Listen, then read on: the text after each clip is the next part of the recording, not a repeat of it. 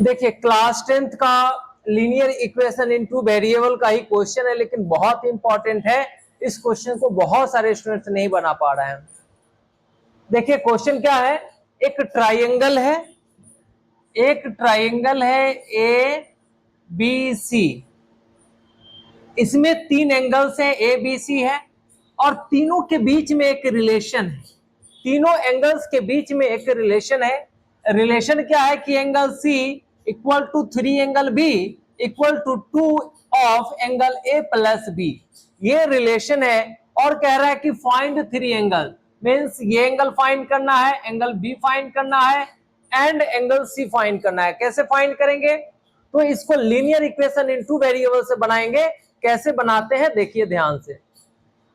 यहां पर सबसे पहले लेंगे let angle A is equal to X and angle B equal to Y. Okay, angle A is equal to X and angle B is equal to Y ले लिए।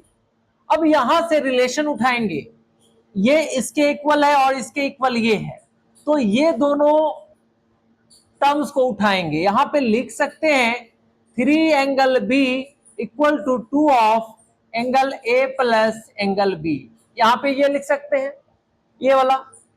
अब यहां लिखेंगे 3 एंगल बी का वैल्यू हम क्या फाइंड किए, Y माने हैं, तो Y equal to 2 of angle A X है, एंगल बी वाई है। ओके, अब इसको सॉल्व करेंगे। जब सॉल्व करेंगे तो हम देख रहे हैं यहां पर 3y is equal to 2x plus 2y ऐसा आया।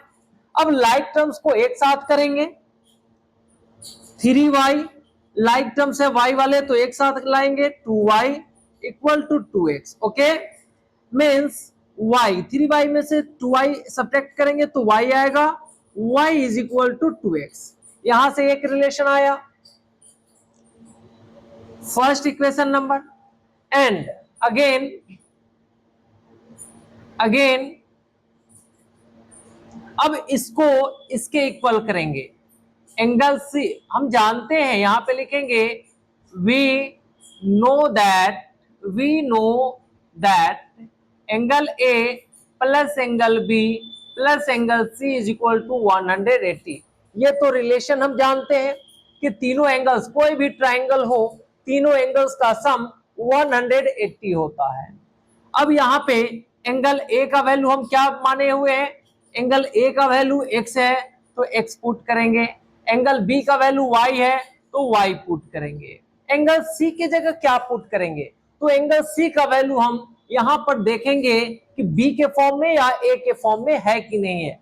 तो यहां पर ये देखो एंगल सी इक्वल टू क्या है, 3 ऑफ एंगल बी है ना, ठीक है। तो यहां से एंगल सी के जगह ये लिख सकते हैं और एंगल बी के जगह हम क्या लिखेंगे, y लिखेंगे।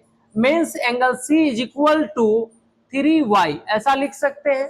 तो यहां पर एंगल सी के जगह 3y लिखेंगे is equal to 180 degree. Okay, अब यहां सॉल्व करेंगे, x plus 314y equal to 180 degree. Okay, यहां इक्वेशन 2 बना।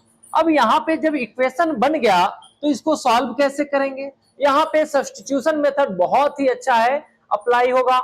y का वैल्यू 2x दिया हुआ है, ठीक है। तो यहां पे सेकेंड इक्वेशन में y जहां है वहां पे ये वैल्यू पुट कर देंगे, तो लिखेंगे put y is equal to 2x in above equation या इन इक्वेशन सेकेंड। ओके, अब यहां पे पुट किए हैं x प्लस 4, y का वैल्यू 2x किए हैं equal to 180, x plus 4 two 8x 180, 8 plus 1 9x 180, cancel होगा, कितना होगा 20 होगा, x का वैल्यू 20। ओके, अब x का वैल्यू आ गया तो y का वैल्यू क्या होगा, दिखाई दे रहा है बाबू ये वाला, चलो y का वैल्यू क्या होगा, 2 into x means 20 that is 40 degree. यहां पे ये आ गया, x का वैल्यू आया, y का वैल्यू आया, means angle A is equal to x and that equal to 20 degree.